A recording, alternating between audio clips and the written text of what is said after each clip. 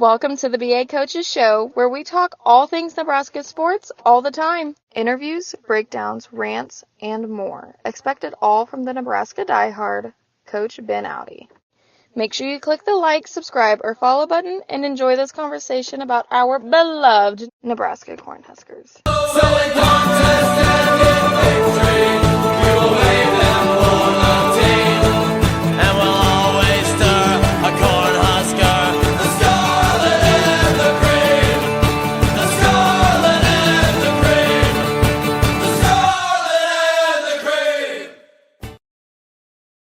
Hello, everybody. Welcome to the BA Coaches Show.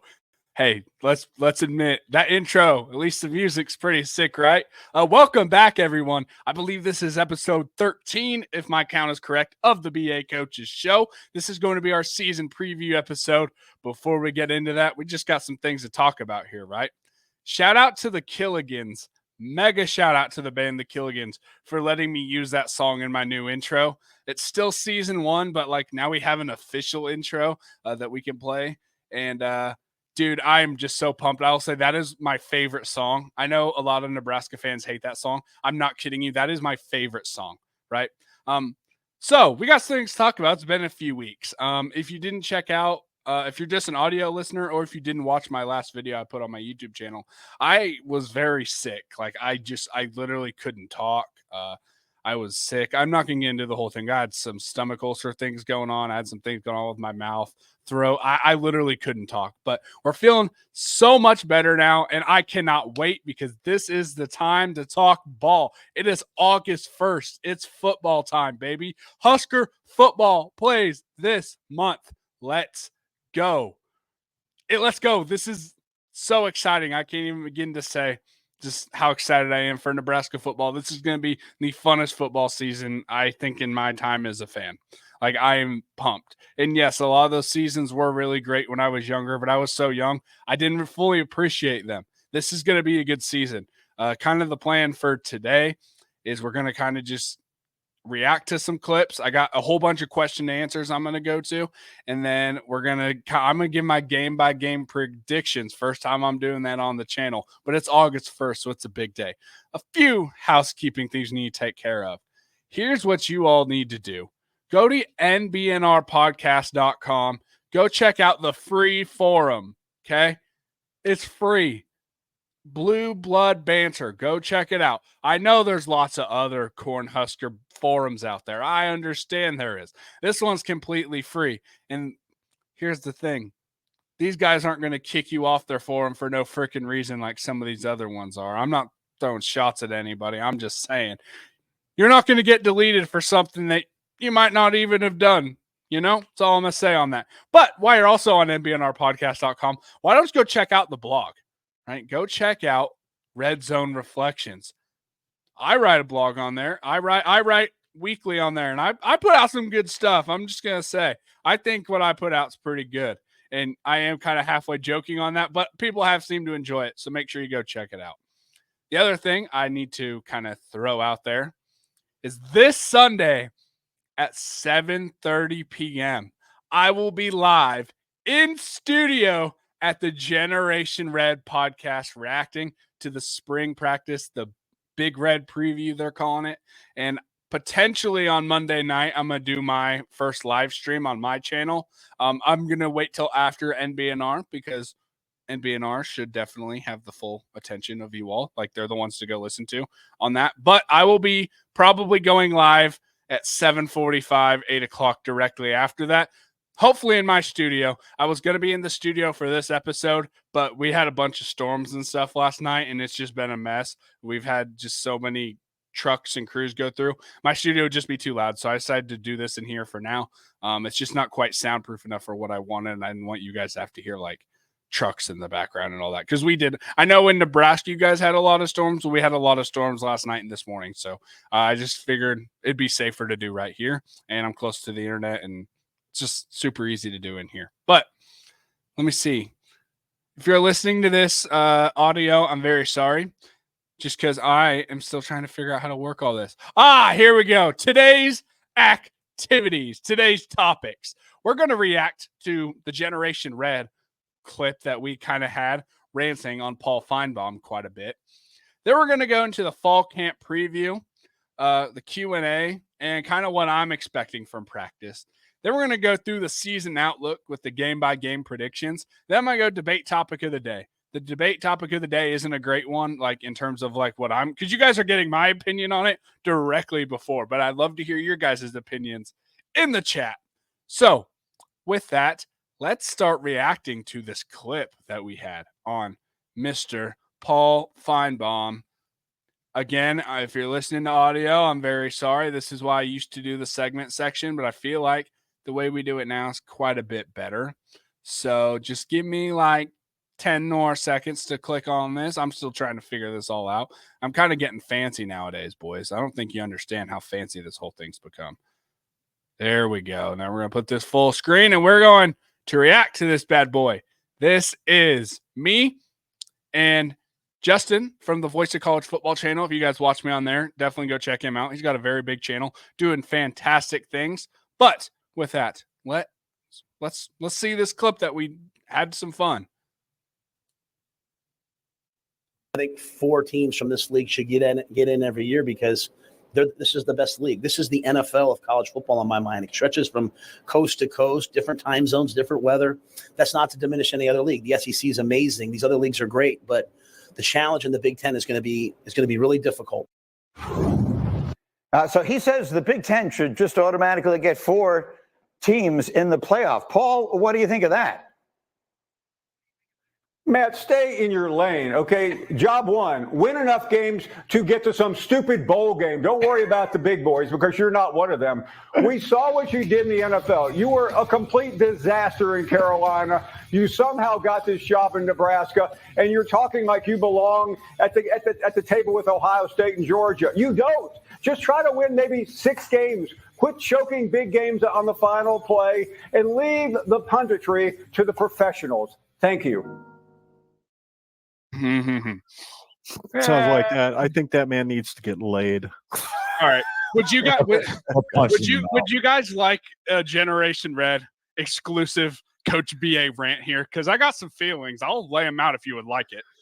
Go on. I didn't bring any popcorn. Damn it. Go ahead, though. Hold on, I'm putting my pants on. A few things I would like to point out about Paul Feinbaum in this statement. I'm just going to call him a bum from here on out, okay? First point I have. Did you even listen to what Coach Rule said? I know it's been a while since you had to do any like real reporting as opposed to the propaganda that SEC, SBN shoves down our throats for a while. So you might not be used to forming your own takes on things. But did you even take 1 minute or 30 seconds to listen to what he said? He never mentioned himself. He never mentioned Nebraska being in that big boy conversation. Nebraska could go 0-12 this season, and his point would still stand. His point had nothing to do with Nebraska. He was standing up for something at a conference, not himself in any way. And I know that may be a foreign concept to such a self-centered, egotistical maniac like this bum is, okay? The other thing I want to point out here is this bum is trying to say, stay in your lane, and then calls this guy out for coaching things, right? How about his old ass stays in his lane? Okay, he's been around for like, 3 or 4 decades covering sports. How about you go step up and go coach somewhere? Go coach at a high school level. Go coach at a college before you go telling an accomplished coach, stay in your lane. Matt Rule is an actual accomplished football coach, and you're telling him to stay in his lane talking about football, college football. If Rule needs to stay in his lane, what have you accomplished in your decades upon decades of life that you've been able to criticize these coaches? Stay in your lane. And the last thing I kind of want to say here is I realize we've been hearing a lot more about Paul Feinbaum this offseason than I feel like normally. I feel like we normally don't see this dude until like the regular season. He needs to prop up his favorite schools. We keep seeing him now, and I couldn't figure out why. And then it hit me. Now that Nick Saban's retired, he doesn't know what to do with that mouth of his since he's had a certain body part of Nick Saban, in that mouth. Okay. So he has a lot more time on his hands now. So, and speaking of arguably the best college coach ever, how did he do in the NFL? Since you want to go take shots at Matt Rule, how did Coach Saban do in the NFL? Right? I'm not taking a shot at Coach Saban. I'm just saying, like, what's that got to do with anything? Or does Saban not fit your narrative here? Right? It's almost like the college and NFL are two completely different things, almost like Justin said earlier, right? So I just want to say that Paul Feinbaum is an absolute bum, and I need to shut up before I get too fired up and get Generation Red canceled here. I think you guys get the idea. If you've seen any of our old content, we haven't been canceled yet, and we probably should have a couple times. Get it out of your system before you get monetized. That's true. Can't cancel somebody who isn't sorry. So let me just say this. First of all, when Greenberg threw it to Feinbaum, fix your internet. We don't need the 4.5 second pause while you're finally getting the feed to your head to be able to talk. I mean, this is the worldwide leader in sports. They can't throw you a little bit of aloe. Come on, fix your internet, number one. Number two, Ben said it perfectly. What have you done? What accomplishments do you have other than the fact that you sit and the only thing you know is the SEC? That's the only thing he understands is the SEC. To me, this was the rant of a man who's scared, to be honest with you. Not of necessarily Nebraska or Matt Rule, but scared of the fact that the SEC is just about fixing to get toppled off the top of the mountain that they think they're owed to stay upon. Y'all still lost the war, just in case you forgot, Paul. I know you were old enough to fight in it. So you did lose the war. The flag still isn't allowed to fly down there anymore. So just chill, live with it. Matt Rule said he likes the Big Ten and he thinks the Big Ten will have 4 teams. And guess what? The other 8 will probably be from the SEC anyway. So take a pill, take a chill. Go back to your radio show where you have the same 5 toothless rednecks that call in every fucking day, and just leave the rest of us alone.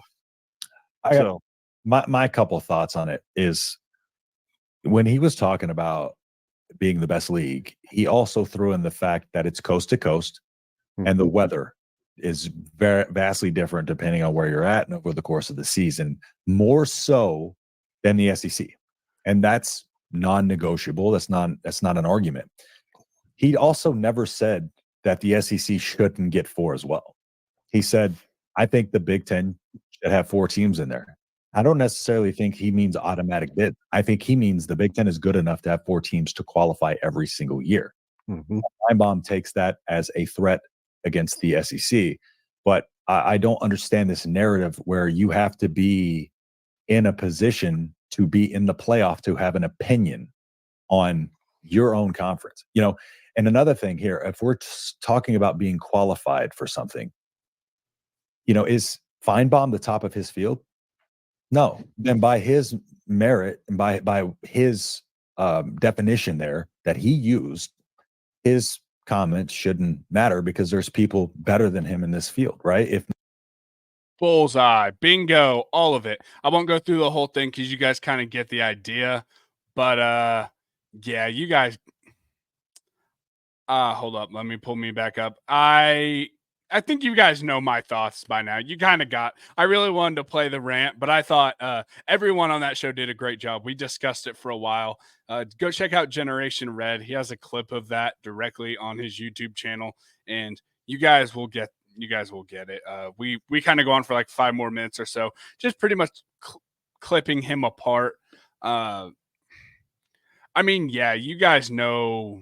I'm not a big fan of Paul Feinbaum. I never have been a fan of Paul Feinbaum. You guys he's an absolute bum. He has no right to be criticizing anybody, let alone an accomplished coach like Matt Rule. Like anybody. Like I wouldn't even let this dude really roast me. Like, what have you done in your life to deserve that other than get on ESPN, man? So that's kind of the thoughts on that, but I really wanted to play that for you guys. And yeah, before we get into the question and answer portion today, we got a little something to read for you guys. Join us on Monday, September 16th at the Paola Country Club for the Paola Chamber of Commerce annual golf tournament. If you or your business is interested in partaking or sponsoring the event, please visit the Paola Chamber of Commerce Facebook page for more details. Wow, I'm not a very good reader, and I'm probably not going to be paid to read anything from here on out. But hey, you know, yeah, definitely go check that out. My wife is on the Paola board of directors chamber. So if you're local to me, because I know a lot of people maybe not being Nebraska fans, they just listen to this show just because they enjoy hearing my takes on things, which is awesome, by the way. Love you guys just as much as maybe even more than I love my Nebraska fans. Yeah, it's awesome. It's awesome. So definitely get a hold of me or get a hold of her if you are interested in taking place in that event or helping out in any way. But now we got some questions. I got a lot of good questions, mostly through Facebook. So kind of previewing the season, and then we're going to go into my, question, not question and answer. We're going to go into the slides game by game. Okay. Fall camp, first thing is, what am I looking for at Nebraska practice when I go to the open practice? I am looking offensively. I hope we get some live practice time so we can see what this offense is looking like. I'm very interested to see what the offense looks like. I don't really care about who's getting the first reps, who's doing that, because we all know how Matt Rule operates. That doesn't matter right now. Like when I went last year at a week later than this, I think, or maybe it was just a few days later, who knows. Jeff Sims wasn't even getting the first reps, I don't believe. Like, none of this matters on who's getting the first reps throughout the first couple days. What I'm interested to see is, how does the offense look? I think defensively, we're getting a lot of the same. It worked. Why fix what isn't broke? We got so many guys. So offensively, I'm excited to see what the offense looks like under this new style. And one thing I love about Matt Rule is so many coaches talk about, oh, we're always busy. We're always busy. I always keep the guys busy. But do you really? Do you really? I've coached on staffs that say that they do that. And then you got guys standing around doing nothing. I'll just be real. Matt Rule is one of those guys that doesn't just talk it. He does it. He doesn't just say it. He goes out and does it. His practices are so fast paced. Everyone's doing something. You got 3 live scrimmages going on at the same time. I know being at Memorial, it might be a little bit different, but I'm excited for everyone to just see that, like, hey, this thing keeps it moving. Okay, continuing on the question and answer thing. What are the main goals for Nebraska this season?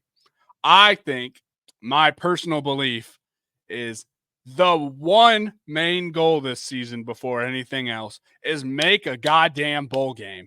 Make a bowl game, and I don't care about anything else right now. I'll talk about more of that later, but just make a bowl game. That's the number one goal for me. I don't care how we get there. I honestly do not care. Yes, I'd love to be great this year. I want to make a bowl game. We'll get into more of that later. How is the quarterback competition shaping up? I mean, we don't know yet, but Raiola's got to be the starter, right? I mean, he's got to be, I would think. I know they're still keeping the door open because Harburg has improved. You can see in the spring game how much Harburg improved, but I feel like Dylan Raiola's got to be the starter. Because even if we are looking off the spring game, like, Raiola played out of his mind in that, and it just seems like all the momentum is shifting towards Dylan being the starter game 1. And I'm pumped about it, but we're going to see how it shapes out. But that's kind of my thoughts. How does Nebraska's schedule look this season compared to previous years? Okay, I'd say with the new Big Ten, like all the 4 Pac-12 schools coming over, this is the best schedule Nebraska is going to get for a while, which is what I'm saying. If we don't make a bowl game this year, I don't know. I don't know. I don't know, man. This has to be the year. This has to be the year we end the bowl drought. Like, even if we had a harder schedule, I'd say this has to be the year. But, like, this is probably the best schedule we're going to get. Sure, we go to Ohio State, but, like, we avoid Michigan. We avoid Oregon. Like, we avoid some of these big boys. Like, this is as good of a schedule as we're going to get. Are there any notable changes in the offensive or defensive schemes? On paper, the defense, I don't expect to change that much. The biggest question mark for me defensively in terms of scheme-wise, because I know a lot of you guys like my opinions on schemes. Defensively, I think the only big thing is going to be how much do we go to man-to-man to start the season. I have a whole piece on my channel. Go check it out. But one of the biggest shifts that we had last season was about halfway through the year, we started switching to a lot more man-to-man. And I think it was a lot of it because, like, that's what they were comfortable doing. Like, they felt comfortable with our DBs doing that. I'm curious to see early in the season if we stick to that man-to-man or if we go back to the cover 3 looks that we did to start last season. So I'm interested to see how much the man coverage versus zone coverage happens, like if there's any shift at all. The offense will be less QB run game, obviously. I expect some more drop back passing concepts, like just let Raiola show off the arm a little bit. I think having a very good quarterback coach in the room that's not trying to balance like 9 different hats is great. I think that'll be great for him. And just Dylan Raiola, the way he plays, like we're not running QB power. Let's just say that we're not going to run. I mean, I'm not saying we'll never run option, but I'm saying it's not going to be very much.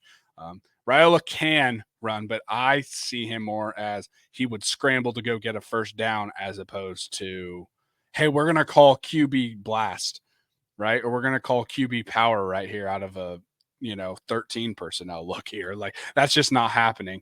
I think we're going to run those heavy personnel, but I don't think Raiola's getting the rock is what I'm trying to say. The freshman to make an impact this season. Calling it now. Vincent Shavers. My Lord. I forgot to upload the picture, but you guys need to go check it out. The picture of him at practice the other day, that kid is jacked, my dudes. That kid is jacked. Corey Campbell's, we rave on him a lot here about how good he is for our program, but holy crap, man. He is absolutely jacked right now, and that is everything we need. So I'm all about it. What are the primary focus during fall camp? Keep a hold of the football. Keep a hold of the football. That is goal number 1, priority number 1, everything.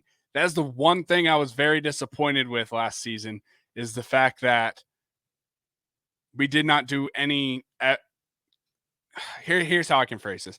I listened to Matt Rule talk 2 different times at coaches clinics and everything. And I have a notebook sitting right in there that has like 3.5 pages from the Nebraska staff.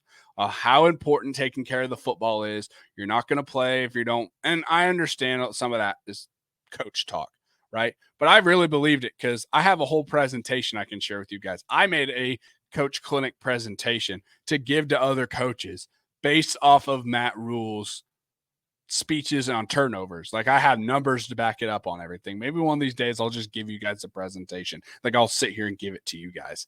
Okay. But I was so disappointed that last season we turned over the football so much. Like we turned it over a lot. Like we're negative 17 on turnovers. I'd have to double check my like record thing, but like the goal going into last season, according to rules, to be like plus 10 or plus 15. So not only did we like not come, like we were past that the other way.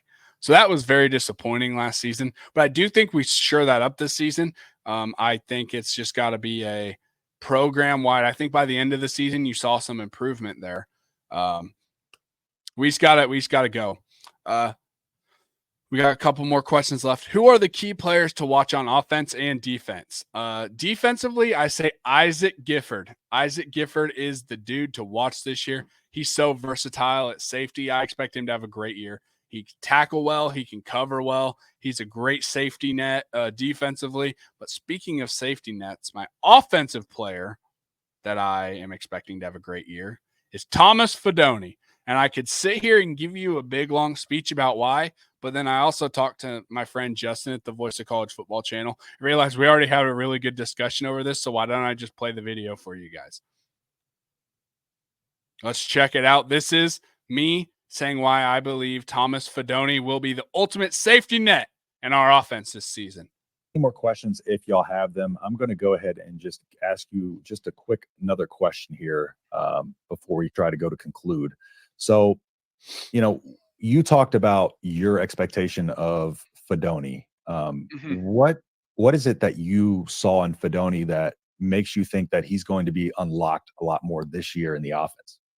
I think that having a really good tight end can be the ultimate safety net in any offense.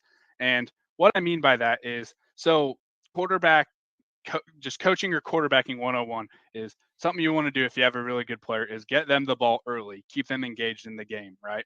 Yep. And if you're looking at a running back, hey, it's pretty simple. You either hand the ball to him or you can give a little dump pass off, whatever.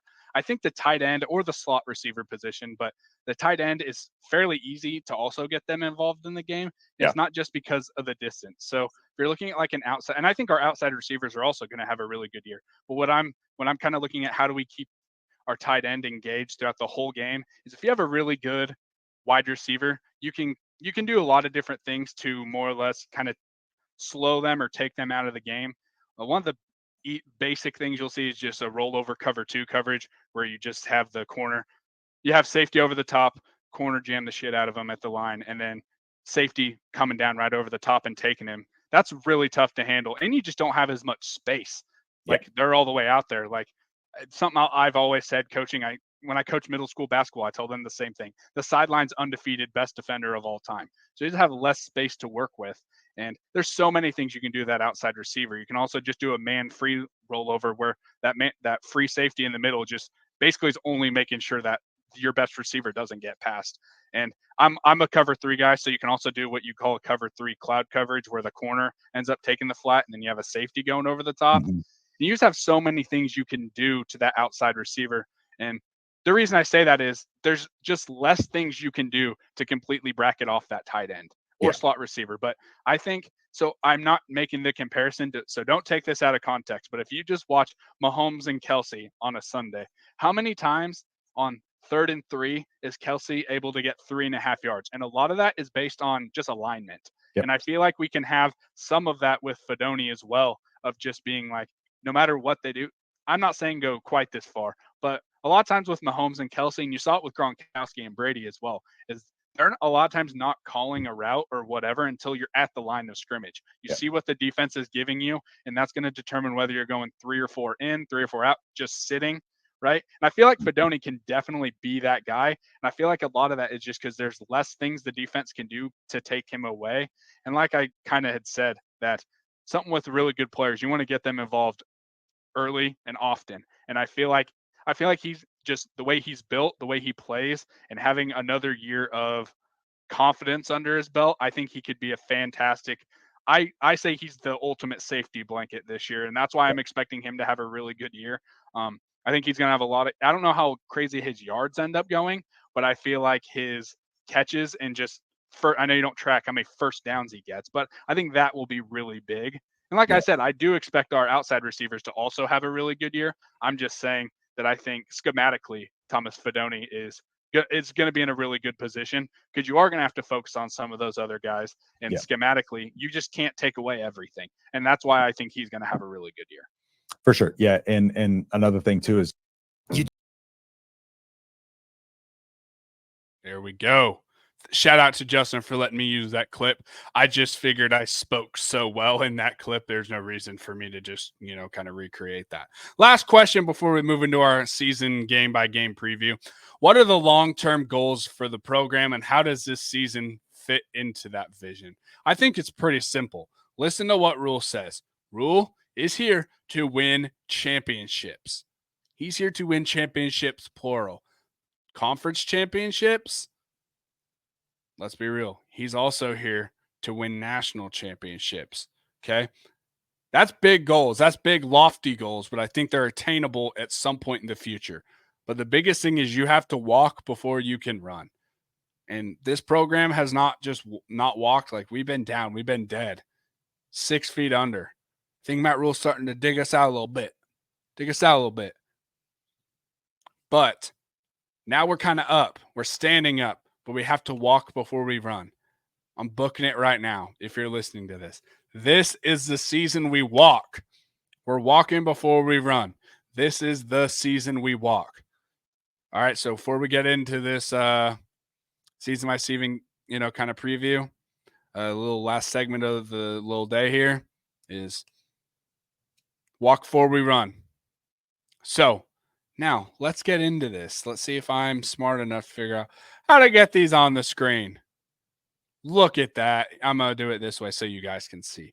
The season by season predictions from the BA Coaches Show. Season by season predictions. What am I talking about? It's a game by game for 2024. Let's get into it. Oh, boy. Hold up. This didn't even go properly. Now we're looking like an amateur operation here. Hold the phone. Hold on. Now we're going. We're getting it set up. I pulled up the wrong slideshow, and now if you're listening to this, you also think I'm a bum, and this is why editing is so important sometimes. But the way I'm doing this right now.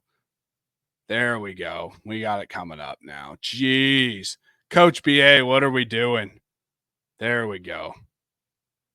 2024 season predictions. Now we can go.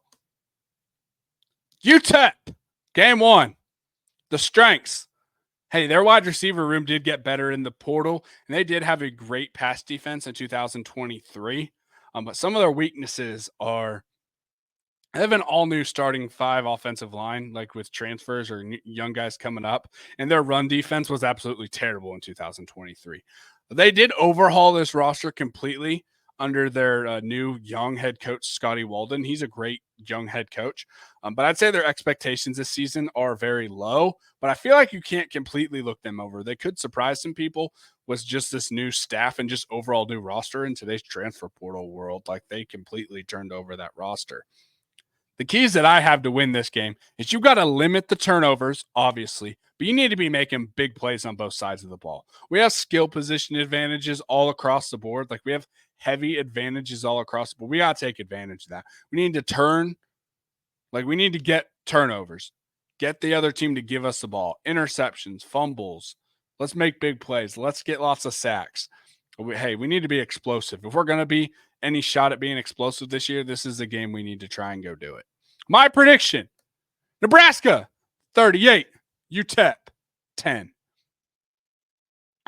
Personally, you've heard me say this on this channel before. Game 1, I'm not as worried about the score as I am just how we looked, but I think we can easily win this game by 28 points. Moving on to Colorado. God, you guys already know some feelings that this is a very polarizing team. Let's be real. Very polarizing. Their strengths that they have, you can't deny this. Their skill positions are really good. You can talk smack on how they're not going to win a game this year.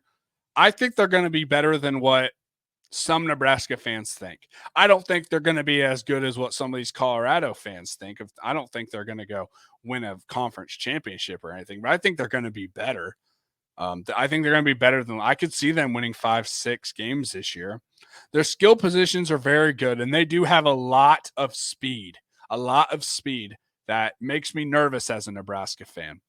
The weaknesses, the O-line and D-line is trash. And if you don't believe me, go listen to Shedeur Sanders talk.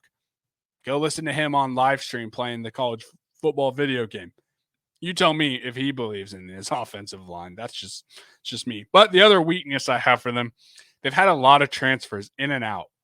They've had a lot of transfers leave and a lot of new faces coming in. It's hard to set a culture like that. And I don't see how you can make an argument for Colorado's culture being very good right now. Maybe you can, but I don't see it. So their season outlook, I do expect with their new offensive coordinator that their offense will be a bit more traditional this season, and they are looking to compete in the new look Big 12. They're looking to compete there. I don't think they dominate it, but they're looking to compete, and I could see them winning a few games. Our keys to winning this game as a Nebraska fan, we got to make this an ugly game. Run the freaking football. Run the football. Hard hitting, intensity. Run the ball. I want to show up there. I'm gonna be in Lincoln for this. I want to show up to this game. It's a night game. I want to see the "Welcome to your worst nightmare" sign from the student section. I want to see a bunch of drunk Husker fans out there. I want this thing to be intense. I want this thing to be hell on earth. That's what I want, and I want this to go. And if it does, I believe it's going to be Nebraska 27, Colorado 21. I think this could actually be a close game. I don't think we're going to blow out Colorado, but I do believe we have the talent and the coaching staff, coaching to win. I should have emphasized that more. We have great coaches on our staff. I'm not saying that Colorado does not have great coaches on their staff. What I am saying is they don't emphasize the X's and O's quite a bit. And I think the talent gap is a lot different this year. I think Nebraska closed that gap quite a bit, and I think they may have passed. And if you're not, I think our offensive and defensive line is a huge advantage in that game. Northern Iowa, their strengths, they do bring back some pretty good players, right? Ty Edwards, a really good running back. They do have a few key offensive line pieces returning. They also threw the ball decently well last year. The weaknesses on defense, they weren't great last year on defense, and they're only bringing back 2 starters. So you have a lot of turnover there. You got a lot of new faces in on defense. They have a new offensive coordinator this year. So he's an air raid guy. So I think I believe they're going to be a lot of air raid concepts, if not just full on air raid coming out of Northern Iowa this year. Our keys to win are pretty simple. We need big plays. We need to abuse the defense. And let's use our offensive skill advantage. We have some really good receivers this year. Let's take advantage of that. Defensively, what we really need to do, and what worry is not the right word, but what would give me some pause is, you guys all remember the Georgia Southern game. I don't need to go into that shit again, but we need to get off the field on 3rd down. And I believe we do. I definitely believe we do. I got Nebraska at 31, Northern Iowa 14. We're starting off the season 3-0. We're feeling nice today. Then we got Illinois. Their strengths, their linebacking core is really solid, and they can rack up tackles. Like they have a couple guys that have like 80 tackles. They're going to rack up some TFLs if we let them. Last season, their 3rd down conversion percentage was very low, so we need to get our defense off the field. And their O-line did give up a lot of sacks. But the big thing for Illinois this year as a team is this is a big year for their coaching staff. This is a make or break year. They need to make a bowl game just as bad as we need to make a bowl game. Maybe we need it more because of how crazy this fan base is. But they're in a pretty big year after a couple 5-win seasons. They need to get over that hump. Here's the thing that worries me about this game. It's the 400 sellout. It's a Friday night. Let's be real, Nebraska fans. We get let down like once or twice a year. Okay, last couple years we've been let down a lot, but I'm saying a game that on paper we should win, we're going to end up losing. I'll be real with you guys.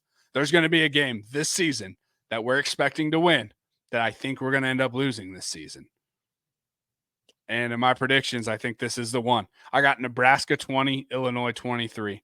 Because how killer would it be to lose on the 400 sellout Friday night? It's just going to be a weird one. It's just going to be a weird one. And that's why I'm picking against us right now. When the season really starts, I'm going to give like details, like UTEP. You're going to get a whole breakdown from me on UTEP. We're going to really go through this, and I'll give updated predictions as they come through. But as of right now, I'm picking Illinois for right now. So we got 3-1. Then we got Purdue. They have a really solid receiving core, and they were a pretty good, decent passing team last year. They have a solid offensive line. Defensively, though, last year they were terrible. They were terrible pass defense. Like, they were the worst Big Ten defense last year in terms of passing. If they want to be bowl eligible, okay, duh, every team wants to be bowl eligible. But I'm meaning like they hope to have a good shot at being bowl eligible this year. Their defense has to turn it around. Our keys to win is we need to bring pressure. By that point, hopefully we have our secondary depth figured out, like who's playing, who's not. Hopefully we have all that figured out, who's good enough to be on the field quite a bit. We need to limit big passing plays. A quick little stat for you guys. Last season, Purdue went 4-1 when they got past 405 passing yards. So quite a bit of passing yards. They went 4-1 when they hit that. When they did not hit that, they went 0-7. With this defense, I believe they're not going to hit. I don't think they're going to hit 405 yards. So I got Nebraska 24, Purdue 17. We're winning some closer games this year, winning some of these one-score games. I think this is year we start to flip some of that. Rutgers. Wow. Okay. This is an interesting team. This is not your typical Rutgers team. And I love the Go Big Red cast. I love them. Like, I'm not throwing shade, but something they said on their last live stream was, oh, we're worrying about Rutgers at home. We're in bad shape. Guys, I hear that, but this is not a typical Rutgers team. Like, they run the ball well. They control the clock. This is their best wide receiver room they've had in a while. I say one of their weaknesses here is I kind of call them Iowa light a little bit, right? Because their defense keeps them in games. They're not going to have too many explosive plays. They do have some solid wide receivers right now, but they are the exact thing Nebraska fans do not want to face, right? thing that I put. Who wants to be in a fight that might come down to one slip up, one mental error, or one big play that just goes the other way? Nebraska's been on the on the wrong end of that every single time. And this is not a team. Rutgers is not a team that we're going to blow out. I'll say it confidently now. If I'm wrong on this, play it for me. I'll be happy that I'm wrong, but book it. If Nebraska wins this game, they're not going to blow out Rutgers. Rutgers is a good team this year. I'm saying it. Rutgers is going to surprise some people this year.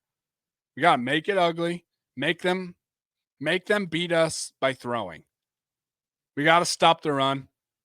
Make them beat us through the air. Make them throw it. But if we can't, and I'm worried, I think that this is the style that could end up beating Nebraska if they can control the ball better than us. So I got Rutgers beating us 17-23. But I do think, as you'll see later, this gives us a little bit of, all right, we got some things to figure out. This is a game. We gotta be able to beat this style. Some Big Ten teams are going to run this. On to Indiana. This staff is coming over from James Madison. They did really well against the run. So I do expect the same at Indiana.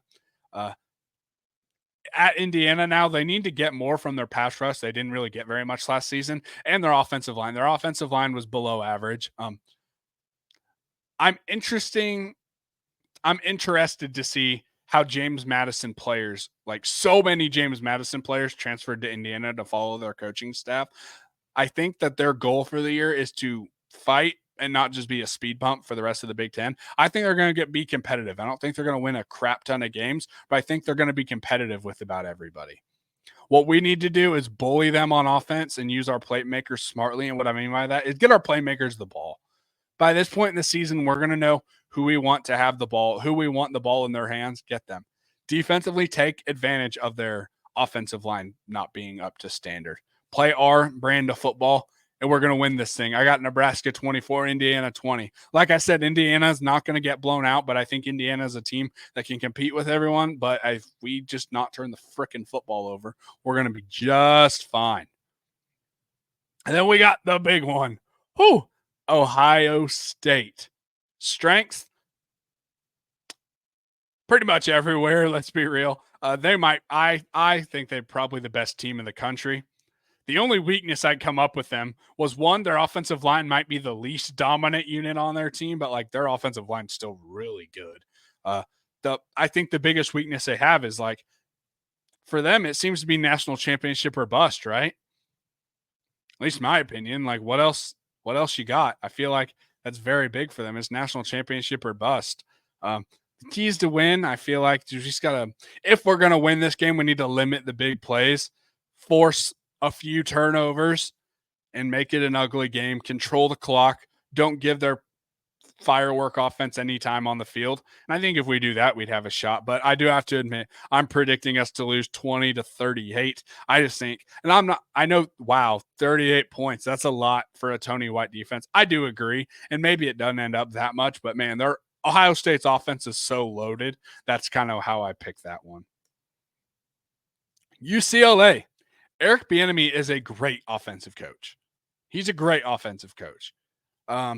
They've got a whole new staff at UCLA under Deshaun Foster. Deshaun Foster is their head coach, but I do think bringing in Eric Bieniemy is a big deal. They got a whole new culture going in. I know I gave them a lot of flack for their media day appearance, but I think they're great. They're in a good spot. They have a great coaching staff in there. Anyone that's from the LA area, they got some LA coaching legends out there. Their linebacking core is really good. The biggest weakness they have is they lost some great NFL defensive ends. They have two guys in the NFL right now. One for the Colts. I think the other one's at the Niners. Could be wrong on that, but that's going to be hard to replicate and hard to replace. Foster and Bieniemy are going to want to run the football, but they want to win. Whatever's going to make them to win, whatever's going to put them in a spot to win is what they're going to do. And I know that sounds cliche, but hey, if they can run the ball, that's what they're going to do. And I think they're going to have a spot to run the ball. And Eric Bieniemy can be so creative on how he runs the ball effectively. The keys to win, and you need to limit an Eric Bieniemy offense and get touchdowns on the board. If we get touchdowns on the board, I think this game's no brainer. We're going to win it. We got to get touchdowns on the board. And I think we do. I got Nebraska 28-20. I think this could be a good game for us. USC. Lincoln Riley is one of the best offensive coaches of our lifetime, whether you want to admit it or not. He is a great offensive coach. Emphasis on offense. Weaknesses. Their defense was overall not good. They're bad. USC's defense has been bad for the entire time Lincoln Riley's been there. And to make it even worse, the secondary has lost some of its stars. Like, they've lost some good players. Here's the thing, though. Overall, their defensive talent is not bad. They do not have bad talent on their defensive line. Like, it's not bad. Or not just defensive line, like overall. But when has a Lincoln Riley defense ever been good? Here's what I'll say. If the defense can pick up their share, they are a potential playoff team. I really do believe that. They're like, they could easily be a 9, 10, 11 seed. But if not, if their defense sucks like it has, I don't see how they win more than 7 or 8 games. Our keys to win are we got to limit their explosive plays and get turnovers. We got to get turnovers, but I feel like this is going to be kind of one of those games for us. I got us losing this one by 10 because I do think the defense is going to be better. Not good. I think USC's defense is going to be better than last season with the schematic changes. And I got us losing this one. So Wisconsin, our team we just cannot seem to beat. Their run game was really good in 2023, but for some weird reason, they didn't really commit to it. I expect them to run the ball more. I will say their defense, Wisconsin's defense has been like this for a few years, like before this regime that's in there now, but like they're the ultimate bend but don't break defense, right? If you look at all their defensive stats, you'd say, wow, this wasn't a great team, like great defense. Until you look at points scored and you're like, oh, never mind. Like, other than a weird game here or there, like they have been very much not getting points on the board. And they have disrupted quarterbacks for the last several years. Weaknesses that they seem to have is if they want to be elite, they've got to be able to pass the football better. They got to be able to throw the ball, have a passing attack. What they want to do this season is they need to take a big step up under Luke Fickell. I think this is the year that they want to take a big step up and compete for a playoff spot. Our offensive line, our key to win here, our offensive line needs to be the difference maker. If we're going to win this game, our offensive line needs to be the difference maker in driving this thing into action. I'm worried that being late in the season, it worries me. And here, I'll knock on some wood right here, but I'm worried we're going to have a couple key injuries. Just because it always seems to happen. Being so late in the season, second to last game, I am worried that we're going to lose some guys and we're down, which is why I am picking another heartbreaking loss to Wisconsin. But it's all good, okay? We're already bowl eligible at this point. We won our 6 games. There's no huge pressure going into this last one. We got Iowa. God, sorry, I can barely say it. So, let's be real. The normal Iowa strengths. Running the ball, offensive line, special teams. Yes, I know that Iowa's defense is always loaded, but this year's especially loaded. They have a lot of great talent. Iowa's weaknesses this year. Points, first downs, throwing the ball. I mean, let's just be real.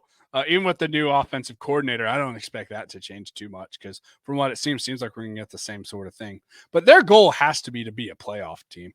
And I think if they beat Nebraska, they're going to be in a really good spot to go be a playoff team. I don't think they're making the Big Ten championship.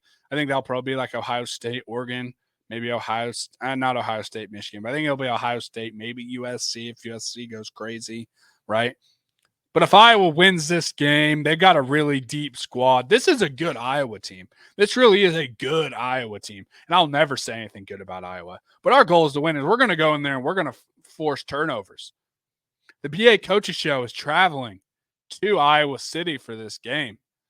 The BA Coaches Show will probably do a live show from Iowa City. But Nebraska scores touchdowns. They got nothing to lose. They're playing. They've already made a bowl game. Iowa's playing with all the pressure. Nebraska's hold on to the goddamn football. Nebraska's going to Iowa City. Nebraska 17, Iowa 13.